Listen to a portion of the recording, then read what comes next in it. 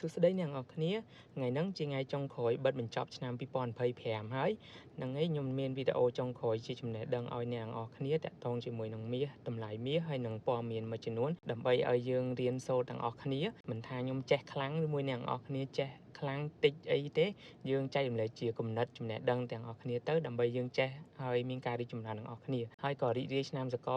2026ទាំងអស់គ្នាដូចគ្នាគណៈពេលនេះម៉ោងប្រហែលជា7យប់នៅយើងប្រហែលជាប្រទេសញូហ្សេឡង់ប្រទេសអូស្ត្រាលីគាត់បានឆ្លងឆ្នាំមុនហើយអញ្ចឹងយើងចូលមកតម្លៃមាសយើងវិញនៅក្នុងថ្ងៃហ្នឹងគឺយើងឃើញថាតម្លៃមាសគឺស្ថិតនៅលើ$4,300ក្នុង1អោនដូចខ្ញុំបានបញ្ជាក់ពីវីដេអូមុនអញ្ចឹងតម្លៃមាសបច្ចុប្បន្នគឺវារត់នៅកំណងតម្លៃ$4,300ហ្នឹងឯងហើយយើងឃើញបច្ចុប្បន្នគឺនៅ$4,313ដែលវាជាតម្លៃមួយដែលវារៀងទាបគួរសមហើយបើយើងគិតជាតម្លៃតម្លឹងវិញគឺស្មើនឹង$5,241ក្នុង1តម្លឹងហើយពីរ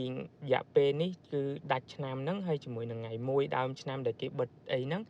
យើងនឹងឃើញថាតម្លៃមាសគឺវាអត់មានទៅណាវាទេគឺវានឹងរត់នៅប្រហែលតម្លៃ$4,300ហ្នឹងឯងហើយយើងឃើញថាព័ត៌មានថ្ងៃហ្នឹងយើងមានភូមិសាស្ត្រនយោបាយបន្តិចដែរជាមួយនឹង minute meeting របស់ FOMC ដែលគេបានបញ្ចេញនៅម្សិលមិញហ្នឹងណាហើយយើងដឹងហើយថាបច្ចុប្បន្នហ្នឹងគឺតម្លៃមាសបើសិនជាវាបិទបញ្ចប់នៅ2025ហ្នឹងតម្លៃ$4,300ហ្នឹងគឺវាបានឡើងដល់ទៅ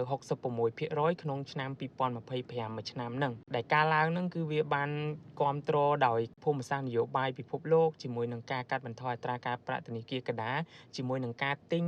របស់ធនាគារកណ្ដាលគ្រប់ប្រទេសទាំងអស់ជាមួយនឹងការកើនឡើងនៃការទិញជួញដូរ ETF ហ្នឹងគឺមានការកើនឡើងខ្លាំងជាមួយនឹងគោលនយោបាយពន្ធគយរបស់លោក Donald Trump ដូចគ្នាដែលធ្វើឲ្យតម្លៃមាសហ្នឹងគឺមានការកើនឡើងខ្លាំងហើយយើងឃើញថាតម្លៃបច្ចុប្បន្នដែលថ្ងៃច័ន្ទធ្លាក់ហើយថ្ងៃអង្គារក៏វារៀងធ្លាក់តិចតួចជាមួយនឹងថ្ងៃពុធបច្ចុប្បន្នហ្នឹងក៏វារៀងធ្លាក់តិចតួចហ្នឹងគឺវាមានកំពុងតែមានសម្ពាធពីការលក់យកចំណេញជាភាគរយច្រើនជាងហើយក៏មានអ្នកសួរខ្ញុំដែរតាក់ទងមួយ CME Group increase margin នៅក្នុងព័ត៌មានដែលគេប្រកាសណាដាក់សម្ពាធអីដល់តម្លៃមាសអត់បើខ្ញុំមើលតាមព័ត៌មានផ្សេងៗខ្ញុំខំតាមដានព័ត៌មានជាមួយនឹងអ្នកវិភាគធំអីគឺគាត់អត់មានបាននិយាយទេហើយតាក់ទងជាមួយនឹង CME ផ្ទាល់ហ្នឹងក៏គាត់អត់មានបានបញ្ចេញជាភាគរយឬមួយក៏ជាទិន្នន័យពិតប្រាកដមួយដែលតាក់ទងមាសតែបើប្រាក់គាត់ចេញគាត់ increase margin ពី 22k ទៅ 25k ក្នុងការជួញដូរ1 lot អញ្ចឹងហើយយើងឃើញថាអ្នកដែលគាត់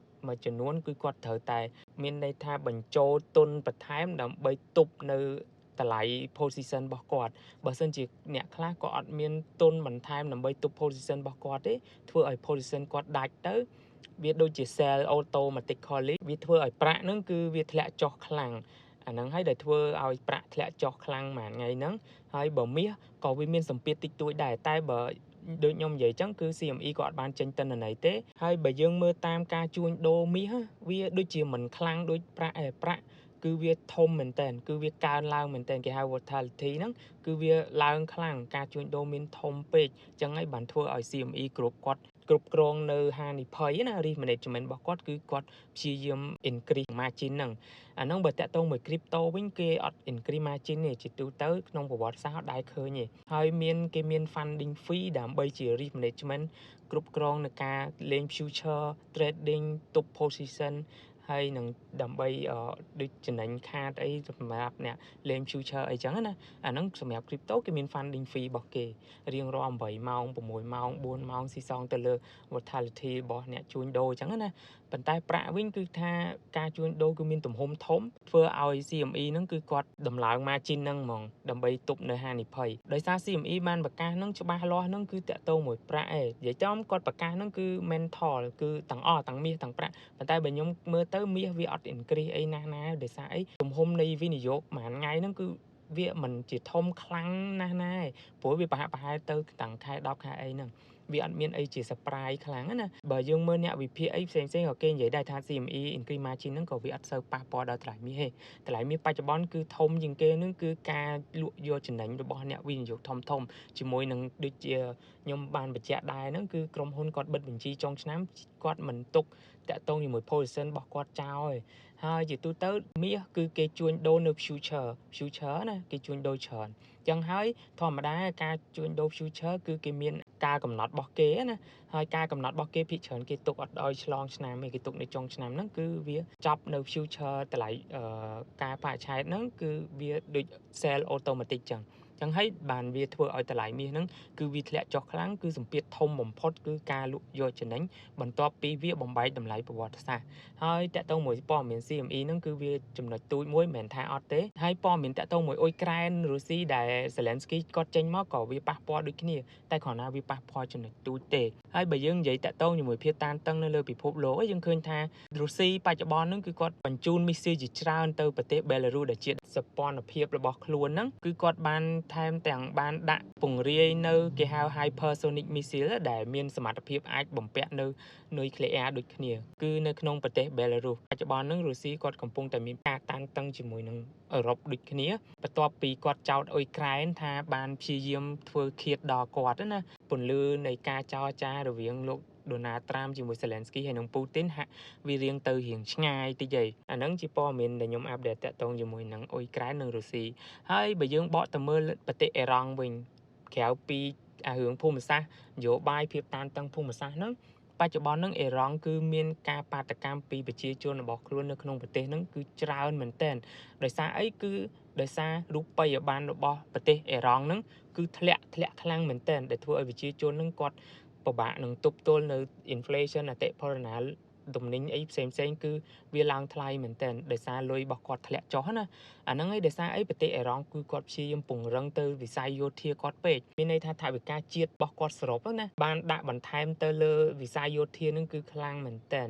ចឹងសេដ្ឋកិច្ចផ្សេងសុខាភិបាលអីផ្សេងគឺគាត់កាត់បន្ថយដែលធ្វើឲ្យមានបញ្ហាដល់រូបិយប័ណ្ណរបស់គាត់បច្ចុប្បន្នហ្នឹងហើយមួយទៀតតកតងជាមួយចិនណាគឺវាអត់មានអីតន់អាប់ដេតទេគឺគាត់នៅតែធ្វើតមយុទ្ធយោធាដូចខ្ញុំបានបញ្ជាក់ម្សិលមិញអញ្ចឹងណាថ្ងៃហ្នឹងខ្ញុំមកអាប់ដេតការវិវត្តនៅលើភូមិសាស្ត្រនយោបាយបន្តិចទេហើយយើងឃើញថាចិននៅតែបន្តធ្វើសមយុទ្ធយោធាជុំវិញប្រទេសតៃវ៉ាន់ហើយប្រទេសតៃវ៉ាន់ក៏គាត់បានប្រកាសឲ្យកងទ័ពរបស់គាត់អីនឹងព្យាយាមពង្រឹងហើយនឹងការពារគ្រប់ពេលវេលានិយាយចំដូចប្រកាសអាសន្នដែរប៉ុន្តែគាត់ថាមិនមែនគេប្រកាសដល់ថ្នាក់ state of emergency ទេគេគ្រាន់ថាការពារខ្លួនទុកមុនក្នុងករណីណាមួយចឹងតែបើយើងមើលមកវិញណាហ្វីលីពីនបច្ចុប្បន្នហ្នឹងក៏គាត់រៀងបញ្ចេញសម្ដីតិចតួចដែរដែលយើងដឹងថាប្រទេសចិនគាត់មានបញ្ហាចំនួនចិនសមុទ្រខាងត្បូងហ្នឹងច្រើនជាមួយប្រទេសវៀតណាមប្រទេសហ្វីលីពីននៅក្បែរហ្នឹងគឺគាត់មានចំនួនជុំវិញសមុទ្រចិនខាងត្បូងហ្នឹងជាបញ្ហាមួយដែរដែលខ្ញុំបញ្ជាក់ថាចិនគាត់មិនងាយថាវាយតៃវ៉ាន់ស្រួលទេគាត់ពិចារណាច្រើនណាពួកអីវាត្រូវប៉ះតៃវ៉ាន់ផងជប៉ុនផងអាមេរិកផងទាំងហ្វីលីពីនទាំងវៀតណាមដែលគាត់មានចំនួនតាក់ទងមួយសមុទ្រចិនខាងត្បូងហ្នឹងក៏គេនឹងលូកដៃដែរបើសិនជាគាត់មានបញ្ហាជាមួយតៃវ៉ាន់ពិតមែនអាហ្នឹងឯងជាអ្វីដែលជាការអាប់ដេតបញ្ហាភូមិសាស្ត្រនយោបាយយើងឃើញថាអត់ទាន់មានពន្លឺណាដែលវាការធ្លាក់ចុះទេយើងបកតាក់ទងមួយនឹង FOMC meeting របស់យើងវិញបញ្ចេញនៅ minute meeting នេះយើងឃើញថាដូចជាអត់មានជាលក្ខណៈមួយណាច្បាស់លាស់ធ្វើឲ្យតម្លៃមាសហ្នឹងវាឡើងនៅមួយចុះប៉ុន្តែគ្រាន់ថាយើងអាចទាញវាយកមកមើលក្នុងរយៈពេលវែងបានណាហើយយើងឃើញថាក្នុងហ្នឹងគេបានបញ្ជាក់ឲ្យការកាត់បន្ថយអត្រាការប្រាក់ការខែ10ហ្នឹងគេហៅថា indecisive ដោយសារយល់ព្រមក្នុងការទម្លាក់ការប្រាក់ហ្នឹងគឺមាន9នាក់ទេប៉ុន្តែមាន3នាក់ដែលគាត់បដិសេធមិនឲ្យទម្លាក់ការប្រាក់ទេហើយក្នុងហ្នឹងគេបានបញ្ជាក់ដែរថាពី3នាក់ដែលគាត់មិនព្រមហ្នឹងគឺដោយសារតែ inflation អតិផរណារបស់សហរដ្ឋអាមេរិកគឺនៅតែមានបញ្ហានៅតែមាន concern នៅតែព្រួយបារម្ភដោយសារវាខ្ពស់ជាង 2% ដែលជា target របស់ធនាគារកណ្ដាលណាបច្ចុប្បន្នគឺ 2.8 អញ្ចឹងពួកគាត់ concern មែនតើខ្លាចថាអតិផរណាហ្នឹងគឺឡើងខ្លាំងណា9នាក់ដែលគាត់យល់ព្រមក្នុងការកាត់បន្ថយអត្រាការប្រាក់ហ្នឹងមានម្នាក់គាត់គិតថាការកាត់បន្ថយអត្រាការប្រាក់រហូតដល់ 0.50% ទើបល្អក្នុងស្ថានភាពបច្ចុប្បន្នដើម្បីជួយសង្គ្រោះនៅអត្រាការងារដែលកំពុងឡើងខ្លាំងការកាត់បន្ថយអត្រាការប្រាក់នៅក្នុងខែ12ហ្នឹងវារៀងទាញបន្ទង់គ្នាដែរអត់ដូចរាល់ដងណារាល់ដងរៀងដាច់ផឹងហើយមួយទៀតធនាគារកណ្ដាលហ្នឹងគឺគាត់បានបញ្ជាក់ថា balance sheet reserve balance sheet របស់គាត់ហ្នឹងមានការធ្លាក់ចុះខ្លាំងមែនទែនដល់ level មួយដែលពួកគាត់ត្រូវតែដំឡើងវិញអញ្ចឹងហើយបានពួកគាត់ទិញ short term treasury security ត្រឡប់មកវិញដើម្បីចាក់បញ្ចូលលុយចូលក្នុងទីផ្សារហើយទាញយក reserve balance sheet របស់គាត់នឹងឡើងមកវិញដើម្បីជួយសង្គ្រោះដល់ចលនាសាច់ប្រាក់នៅក្នុងទីផ្សារដែលខ្ញុំបានបញ្ជាក់ដែរថាវាមានបញ្ហាពួកគាត់បានទិញរួចឯ40 billion ដុល្លារ treasury bill នៅក្នុងខែ12ហើយគាត់នឹងទិញបន្ថែមទៀតនៅក្នុងថ្ងៃ6ខែ1ខាងមុខនេះបើកឆ្នាំ2026គាត់ទិញ8 billion នៅក្នុងថ្ងៃ6ខែ1ហ្នឹងដើម្បីចាក់លុយចូលនៅក្នុងទីផ្សារដោយទិញ treasury bill មកវិញដូចគ្នាណាហើយនឹង8 billion ទៀតនៅថ្ងៃ8ខែ1ដើម្បីចាក់លុយចូលក្នុងទីផ្សារអញ្ចឹងយើងឃើញថា supply money នៅក្នុងទីផ្សារនឹងកាន់តែច្រើនដោយសារគេនឹងបន្តទិញតាក់ទងមួយ treasury bill ជាបន្តបន្ទាប់ជារៀងរាល់ខែដូចខ្ញុំមិនធ្លាប់បានបញ្ជាក់អញ្ចឹងអាហ្នឹងធ្វើឲ្យ supply លុយគឺមានច្រើននៅក្នុងទីផ្សារនឹងធ្វើឲ្យលុយដុល្លារមានសម្ពាធវានឹងផ្ដល់ផលល្អដល់តម្លៃមាសអញ្ចឹងសរុបមកវិញតាក់ទងជាមួយនឹង FOMC minute របស់គាត់ហ្នឹងគឺអត់មានអីជាធំដុំទេគ្រាន់វាបានបញ្ជាក់ពី long term នៅថ្ងៃអនាគតយើងនឹងឃើញថាខែ1ហ្នឹងធនាគារកណ្ដាលសហរដ្ឋអាមេរិកអាចនឹងគាត់មិនកាត់បន្ថយអត្រាការប្រាក់ទេគាត់ត្រូវការទិន្នន័យបន្ថែមមើលហើយយើងឃើញអ្នកវិភាគជាច្រើនគិតថាធនាគារកណ្ដាលសហរដ្ឋអាមេរិកបច្ចុប្បន្នហ្នឹងគឺធ្វើការមានលក្ខណៈយឺតយ៉ាវមែនទែនដែលវាអត់ reflect ទៅស្ថានភាពបច្ចុប្បន្នតាន់ហន់ណាតាន់ហេតុការណ៍ណាគេចង់ឲ្យធនាគារកណ្ដាលសហរដ្ឋអាមេរិកហ្នឹងគាត់ធ្វើការផ្លាស់ប្ដូរទៅលើ policy របស់គាត់ជាមួយនឹង restructure ទាំងមូលនៅក្នុងផ្ទៃក្នុងរបស់ធនាគារកណ្ដាលហ្មងដោយសារការងារបច្ចុប្បន្នហ្នឹងគឺវាអត់ល្អអាហ្នឹងតាក់ទងជាមួយនឹងលោក Donald Trump ក៏គាត់និយាយចឹងអ្នកវិភាគផ្សេងៗក៏គាត់និយាយចឹងដូចគ្នាសរុបមកវិញតាក់ទងមួយ FOMC meeting គឺមានតែប៉ុណ្្នឹងទេហើយមួយទៀតតាក់ទងជាមួយនឹងប្រទេសចិនណាធនាគារកណ្ដាលប្រទេសចិនគាត់បានប្រកាសថា digital yuan របស់គាត់ហ្នឹងគឺនឹងឲ្យអត្រាការប្រាក់ 7% ដូច saving អញ្ចឹងធនាគារកណ្ដាលរបស់ប្រទេសចិនគាត់ព្យាយាមធ្វើម៉េចជំរុញឲ្យប្រជាជនរបស់គាត់ប្រើតាក់ទងជាមួយនឹង digital yuan ច្រើនជាងមុន